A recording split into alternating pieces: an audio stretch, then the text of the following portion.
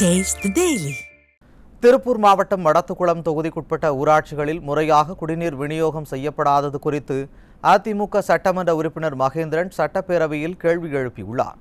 இது தொடர்பாக சட்டப்பேரவையில் அவர் எழுப்பிய கேள்வியை தற்போது காணலாம். மாண்புமிகு அமைச்சர், மிக முக்கியமான கோரிக்கை. மடத்துக்குளம் சட்டமன்ற தொகுதிக்குட்பட்ட பகுதியில் ஏற்கனவே 54 கோடி ரூபாயிலே கணக்கம்பாளையம் கூட்டுக்குடிநீர் திட்டம், பூலாங்கனர் கூட்டுக்குடிநீர் திட்டம், மடத்துக்குளம் பேரூராட்சி மற்றும் ஊராட்சியில் அடங்கிய கூட்டுக்குடிநீர் திட்டம் 3 கூட்டுக்குடிநீர் திட்டத்திற்கு 54 கோடி ரூபாய் மதிப்பீட்டிலே குழாய்கள் புதுப்பிக்கப்பட்டது.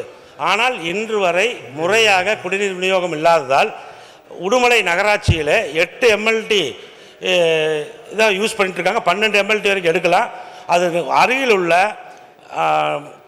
ஊராட்சிகளை நகராட்சியோடு எது தேவைப்படுமோ அந்த பகுதிகளை இணைத்து அந்தந்த நகருக்கு அருகில் உள்ள பகுதியில் குடிநீர் பிரச்சனை இல்லாத ஒரு சூழ்நிலை உருவாக்க வேண்டும்.